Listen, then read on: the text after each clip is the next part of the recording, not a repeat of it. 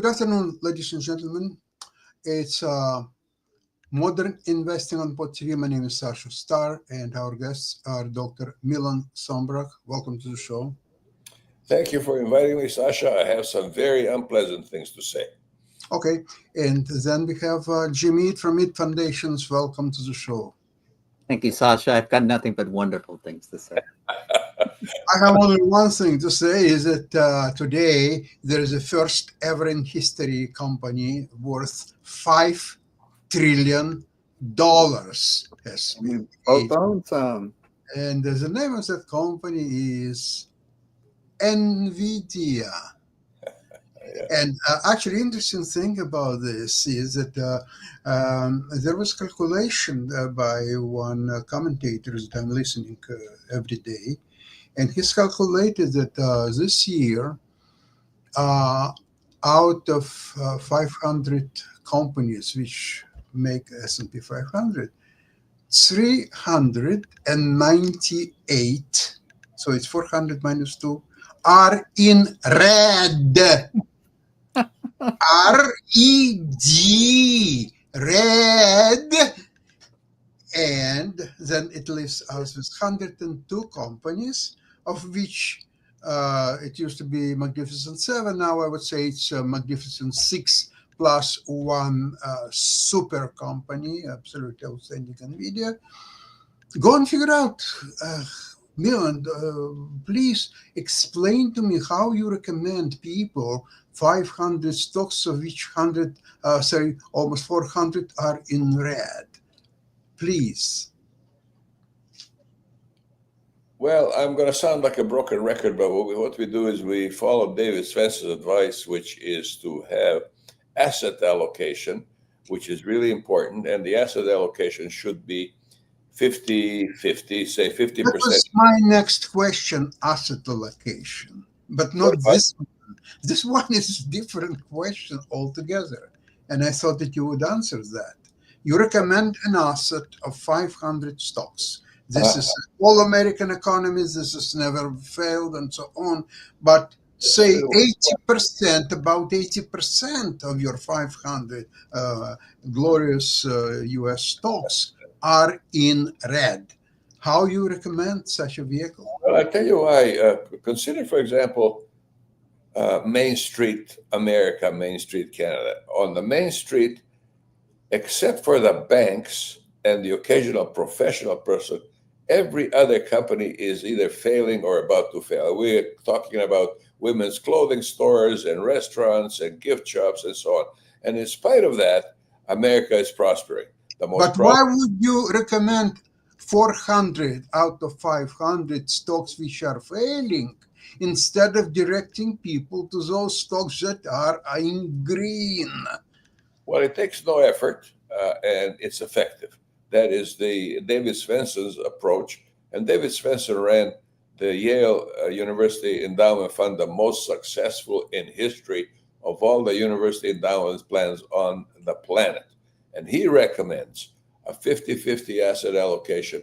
60-40 also works, and 45-55, anything in which the investors have a lot of cash. Now, Wall Street doesn't like that, and they'll do everything possible to discourage that because they don't make any money on the cash portion that we have in our portfolio. So now this 50-50 asset allocation works so well because as the market rises, we take profits to bring it back to 50-50.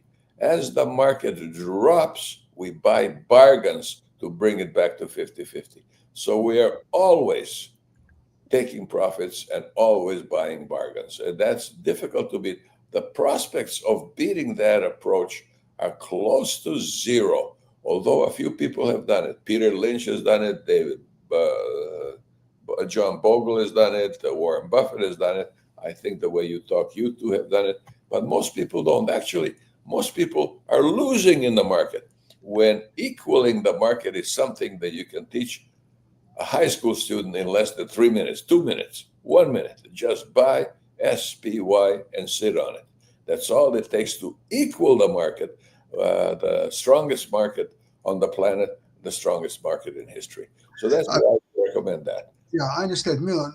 You see your idea of 500 top stocks. So 400 of them are losing. Now the 100, which include, of course, Magnificent Seven, including Nvidia and so on, they are a locomotive of your 500 stocks. So this 100 stocks, the top 100 stocks, are making up for the 400 losers. Yeah, So might exactly. as well, if you could change your theory, let's see if you're buying 100, say Nasdaq 100 top stocks, okay? So that includes, of course, Magnificent Seven and a lot of technology stocks and so on. So then, okay, you can still do your asset allocation model. Okay, so you're 50% cash and 50% you invest in Nasdaq 100. And if it's a reverse, so you do the same thing, what you recommend 500. So you change your asset allocation and you are buying more stocks of Nasdaq 100. And if it goes farther down, then you put even more money, then you go borrow and beg money to buy even more, and then you sell your furniture and everything else and buy even more. Okay, I understand that. Buy 500. Well, the David Spencer recommends against purchasing individual stocks. I'm talking about Nasdaq 100, top 100 stocks in the world, not even in America, it's in the world. Yeah, okay. Now, I have some bad news that I want to share with you. That's really Okay, go ahead. so. I sound like a broken record when I talk about Svensson's recommendation of 50-50 asset allocation. That's important. But the bad news is that the American debt is higher than it has ever been. And the only way to reduce it, all unpleasant, is to increase income taxes and or reduce services such as education and healthcare and infrastructure. And so that's the only way to reduce the national debt, that hurts. Now, America is Canada's biggest trading partner, and America's biggest trading partner is Mexico. So between Canada, United States, and Mexico, all of us are going to be facing unpleasant consequences as a result of the America's national debt. In order to reduce it, just unpleasant things happen, like increasing income taxes and reducing services. And there isn't anything that we can do about it. And anything that affects the United States in a negative way also affects Canadians in the next negative way, and Mexicans as well. So, Any comments? Well, one way that the current administration has tried to address this is by levying tariffs on people. And it sounds to the average person as though the other countries are paying these tariffs, but in fact, it's a tax on the American consumer, because the other countries that have these tariffs levied against them get paid the same. And the importer of whatever product or service it is either has to eat the cost, which they're not inclined to do, or pass them on to the American consumer. So although they're not raising income taxes, which would be upsetting to people, these tariffs are in effect a tax on these people, and the money goes to the federal government, just like your taxes do. And he's thinking that this is a clever way of trying to reduce the debt, while people don't realize they're being taxed. But the same effect will have on people is that they will have less money to spend, they will have fewer choices to spend it on, and those choices will be more expensive. So it's both inflationary and taxing, so it's hurting the consumer and raising prices. So this is not good for the economy overall. And the numbers are always lagging. Of course, with the federal shutdown, we're not even getting the numbers now, but they always lag the reality. So the economy is doing worse than the numbers reflect. They're old numbers, and it always lags behind reality anyways. I have also some skepticism about the great American future, because of the policies that are in place. If we could change those policies, we would have a fighting chance. What I do is, and I think Milan's approach is very good, but the S&P in the last 3 months has gone up about 8%, which is a good return. NVIDIA in the last 3 months is up 18%.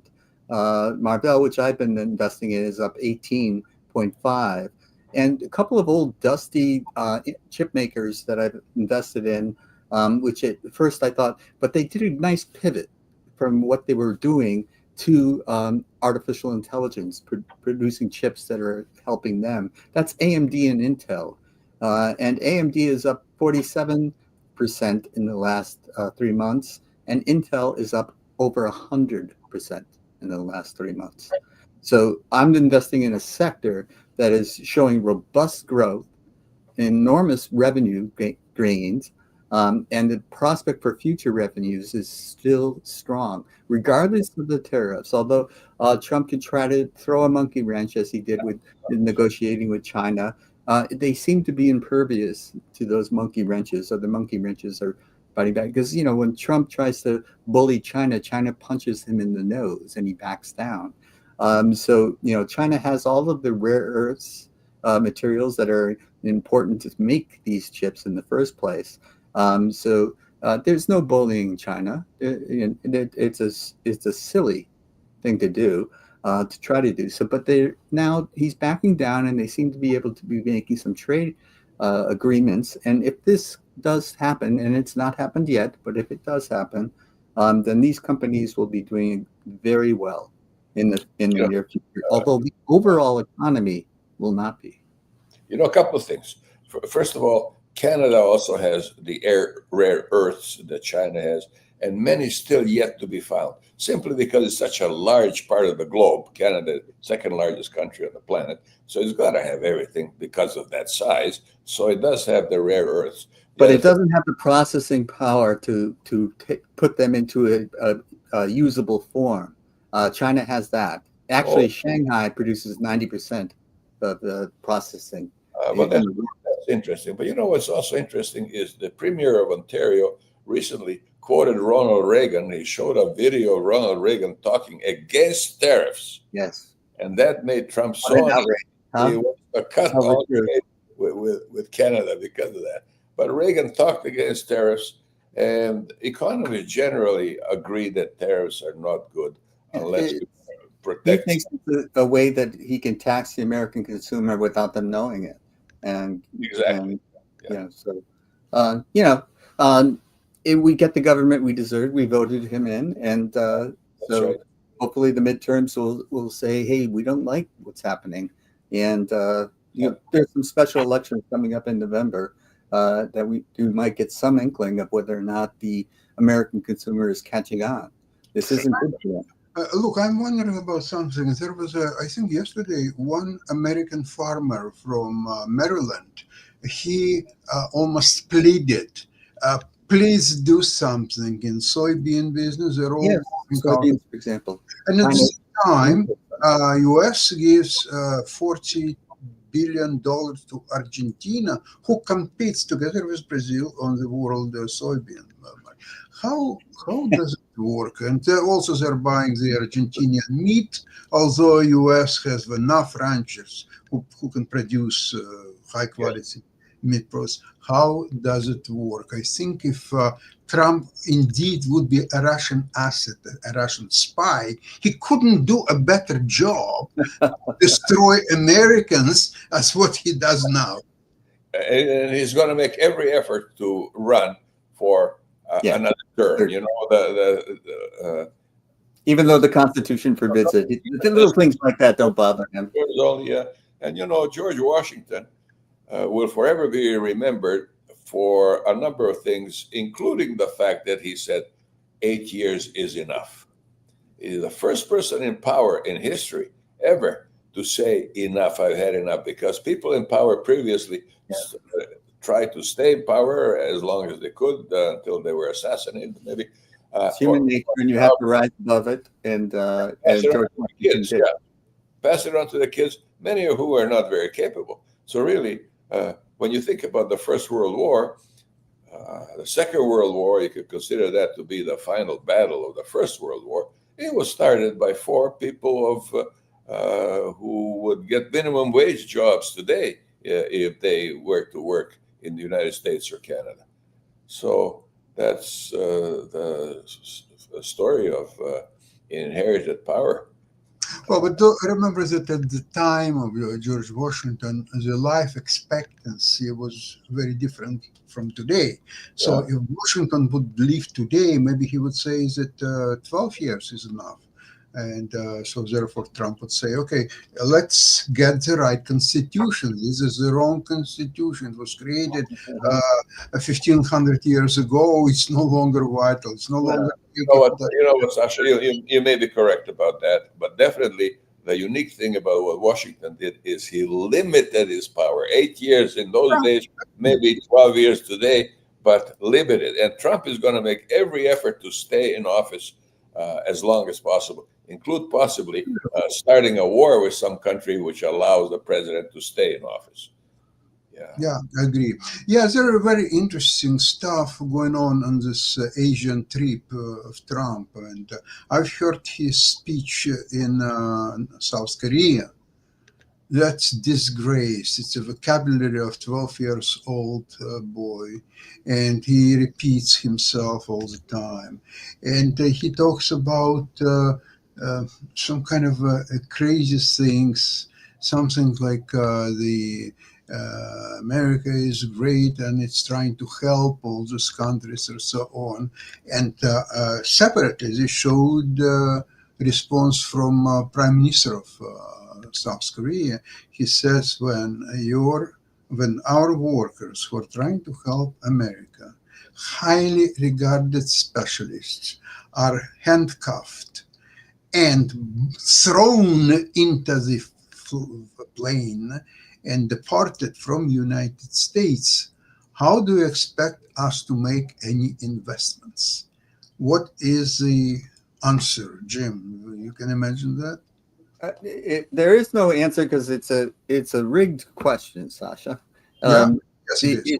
It's nonsense. Immigrations is immigrants are what made America great, and immigrants are continuing to do jobs that we wouldn't do, start businesses that we wouldn't start without them. And we're locking up, we're putting handcuffs on American citizens, because they're not distinguishing. And if you look a certain way, if you're working at a place and look a certain way, you're going to get handcuffed. And it's just, and we have armed federal agents, armed federal military in the streets. This is not America that we were brought up to believe in. This is fascism. In other countries, that's what it would be called. But in America, we don't like that word, and we say you're being ridiculous if you call it what it is. So the idea of we're going to suffer a brain drain, because what Trump has he's done very good at dividing this country. He's done a great job at uniting the rest of the world against us. People are not wanting to come here. The intellects that used to be in growing up in other countries and coming to the United States to make their way, to make their mark in the world, are not coming now. And Trump is putting a pressure on companies and taxing them if they hire them. So he's keeping out the very people that we need to face the changing world. That's the rate of change is accelerating. It's not staying flat. It's accelerating. And the other world tomorrow is going to be very different than today. What happened in that case is that it was a fully a new plant in Georgia to which South Korea invested and building and sent world-class specialists. Because in US, you cannot find people like that. They're not existing. They died. They left for other countries. There are no people. There is no. America is clamoring for good jobs or so on. There are just not enough specialists of that magnitude. No, unquestionably, Trump has cognitive decline. Has any president ever been removed from office because of cognitive decline? No. Although Reagan in his second administration clearly was suffering from cognitive decline and had dementia he was diagnosed with dementia quite not very long after his second Yeah, term. interestingly, Ronald Reagan entered office popular and left office even more popular. No president in history has ever done that before. But yeah, he had the cognitive decline. And so, what my question for you, Jim, is: has any president ever been removed No. because he had cognitive decline? Well, but the Constitution allows for that, doesn't it? Yes, the 25th Amendment allows for it. There is always first time for everything, so who knows? So unquestionably, Trump has cognitive decline, and he's going to make every effort to stay in power. So very interesting is that Trump was asked if he has plans to meet Carney, Prime Minister of Canada. He says, absolutely not.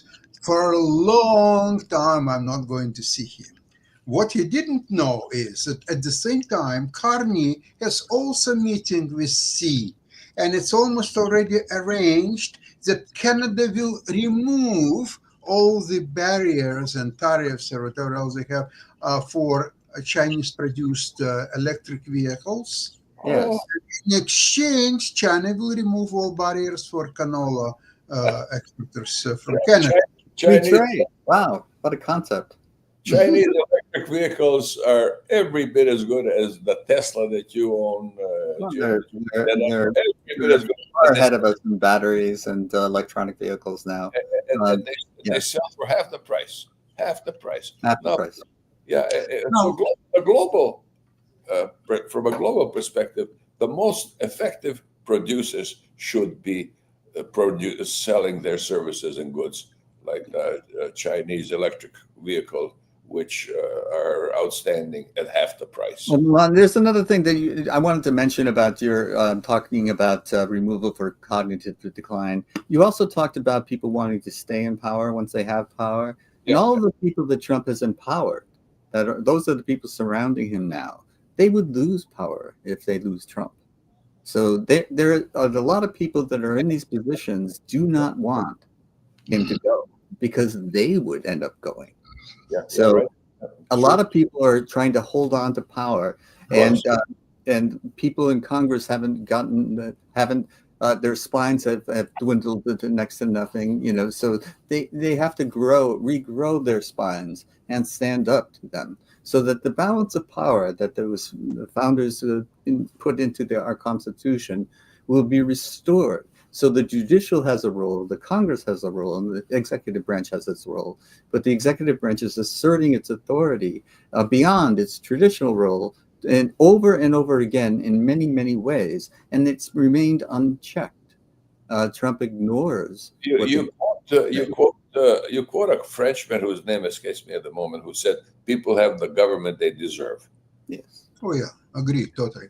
What's interesting is that Putin suffering a great fiasco with Trump simply because all whatever the negotiations, if you can call it that, it's all broken, it's all done. He sent his top propagandist, what's his name, Dmitriev. And all he could do is just have one meeting with some unknown representative, and nothing. So he flew back to Moscow and told Russians that something has to be done unusual, because in normal ways it's kind of difficult. So now what they did, as you're aware probably, that in many different parts of the world, the question of non-traditional sexual orientation is taking a very different approach than from United States and the West, especially in this region of Southeast Asia. So what Russians propagandists say now, that look, Trump is a terrific guy and we'd love to deal with him, but he surrounded himself with people with, especially some of them, with non-traditional sexual orientation, and said one name which is very close, Trump's economic advisor, Mr. Benson. So that was huge provocation, especially during the trip where Bessent, he's playing the leading role in all these economic meetings, agreements, or so on. So I don't think that it was very, very smart thing on behalf of Russians to do such thing, especially during this very important trip. Yeah, and Benson might be competent. You know, He is competent. Yes, absolutely. Okay, before we finish our show, I'd like to mention something unusual. So, Jim, you're familiar with NVDY, okay? Yes. So 2 weeks ago, it was a weekly dividend, 11 cents and 12 cents, and today's 18 and a quarter. And this NVDY stock skyrocketed during the same time. So I caught myself today in a very interesting thing. I decided, why do I keep any other stock, even NVIDIA or AMD or whatever else I have, sell everything, buy NVDY, collect weekly dividends, and that's it. And just to go to the Aruba or anywhere else, because as long as your account is open, I don't you have keep getting cash. Yeah. frankly, I don't have to do anything because, okay, today is a announcement, tomorrow is a record day, and Friday it's payment arrives directly to Well, my. you know, Sasha, I mentioned previously that dividend aristocrats are companies which have paid an increasing dividend every year for more than 20 years or How for a about very every long week? time. What Yeah. about every week Yeah. increase? This is a little different than what you're talking about, Milan. What Sasha's talking about is not the same thing as increasing your dividends every week, every month, every year. These companies, and what he's talking about is a company that you don't really buy it for the stock price. It's a Which is what factors into what you're talking about, Milan. You're buying it for the weekly cash, and unless it stops paying it, that's the risk you're taking. It might stop paying it, but if it continues to pay it, and for the foreseeable future, I see no reason why it wouldn't. Then you're just taking money. You're just being given money, and that's not the case with the magnificent aristocrat stocks, because that's a different proposition entirely. So this is a very new development. The NVIDIAs of the world. They're trying to attract investors just because of the dividend. A company that pays dividends reduces the value of the company by the amount of the You dividend. still don't get it, Milan. You don't get Maybe it. I don't, but It is not the company paying these dividends. It's a special organization, NVDY, which does nothing as sells covered calls. Why I like the strategy why I invested in NVDY? could be I effective. myself was selling covered calls. So I think it's an idiot like myself can do that and make money. So if it's done by professionals, they can do many times better than I do. So Selling, And yes, with greater volume, yes. selling puts and calls can make a lot of money. That's true. Yeah. Correctly done, selling. These are modern companies that didn't exist back in the days of the old companies that used to be attractive because of the dividends they paid. It's a different animal entirely, and what they're doing is working right now. And although I'm still going to invest in companies, I did buy. Sasha talked me into it. And it was a while ago that I bought NVDY, and I haven't been disappointed. It was a kind of a change from it was like a learning experience for me. yeah, it is very different from buying Do stock. you do this in your core portfolio or your fund portfolio? This is in my fund portfolio. Yes. My fund portfolio, of course. Yes. The only thing is, if it will go on for a couple of years, I think I will terminate my core portfolio and invest everything in this. Well, the other thing with NVIDIA, the company that I invested in, I hit my target price and I sold it, and it kept going up. Yeah. My target price was like 500, and it was like it was a stretch. I didn't think it would hit it, and it hit it. So I Five sold it then, and then they did a split. So Oh, I and then they went down. It was like split 10 for 1 kind of thing, and I bought it again, and now it's up to where I originally bought it in the first place. And so what's interesting is I'm expecting one of two things or both, that they will stock split do, maybe around 250, they will do stock split, and that they will start reinvesting the dividends, buying their own stock, because it's bigger. They're awash with cash, that's a fact. Yes. There is more cash than the revenues are just. So what are you going to do with cash? What is the best company? Of course, it's their own company, NVIDIA. That's the best. So they will start buying their own shares. And this is finally where stock market is today. A company that is buying back its own shares is a good company to invest in. Investors will almost always make money investing in a company that's buying back its own shares. Exactly. So and even Apple is up almost 30% in the last 3 months, because Apple has also got a lot of cash and does buy back its own stock. So, these are the types of companies that still are very attractive to me. Not the broader market, though. I'm a little bit skeptical about the broader market. Although Milan's strategy, as he outlined in his book, Monday Morning Millionaires, is that? Of buying and puts and calls on the same day. Selling puts and calls. Selling. Sorry, and although I have the book, I just misspoke. That's a very good strategy, and as you say, if it goes up, you sell, and if it goes down, you buy. That seems to be very reasonable to me. But the profits that I'm getting from the AI sector and the chip manufacturers to support that artificial intelligence, and I still think we're just on the cusp of artificial intelligence, and we haven't seen all the ramifications. Not even we don't even really have a hint yet of what all the ramifications will be of this transition to a new economy, a new way of doing business. All of this type of stuff. These companies are good companies. They're demonstrating revenue, and they don't have debt.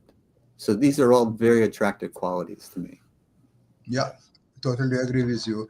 Well, gentlemen, we covered a lot of grounds today, and I wish you a successful week of trading. Thank you very much for today's program, and we'll see you next week on Wednesday. We will have an idea about interest rates and Trump's visit to Southeast Asia and China and everything else. In the meantime, keep cool.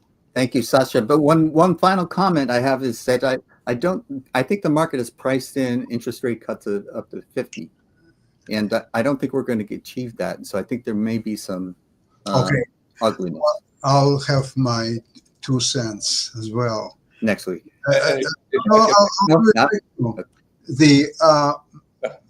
If I can make a comment before we say goodbye, is you wish us to have a successful week of trading.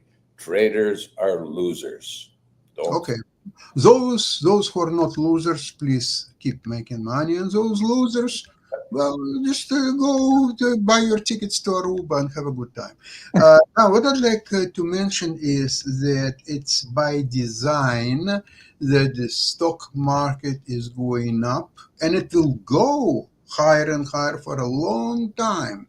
There is complete disconnect between Wall Street and Main Street. There is no correlation of what's going on the Main Street and what's doing Wall Street, and it will go higher. The Dow Jones will go to 10,000, and S&P to 15,000, and Nasdaq to 55,000. There is nothing to. It's a cold meltdown, and you know what's happening in meltdown? Stocks are going higher and higher, almost in vertical fashion without any corrections, any setbacks. So people who stay away from the market, or people who short the market, or whoever, they're all losers, and train is going higher and higher and higher. And that's what I'm expecting will happen until there will be very serious setback. For example, even tomorrow, there is a meeting, Trump and Emperor Xi. Okay, so Trump says, Mr. Xi, I am amazed, you are the best, you are. So he will take a pause and say, what's your name? Ah, Donald who? Donald Trump. What is it exactly you want from me? Why did you come here? And then what? I hope he isn't forced to think on his feet. Okay, we'll see. We'll see. It's tomorrow and just one more day. Yeah. Thank you very much again. And Thank you. have a great week. And see you next Say hi to week. Rosie for us. Yeah, thank Bye-bye. you. Bye bye, everybody.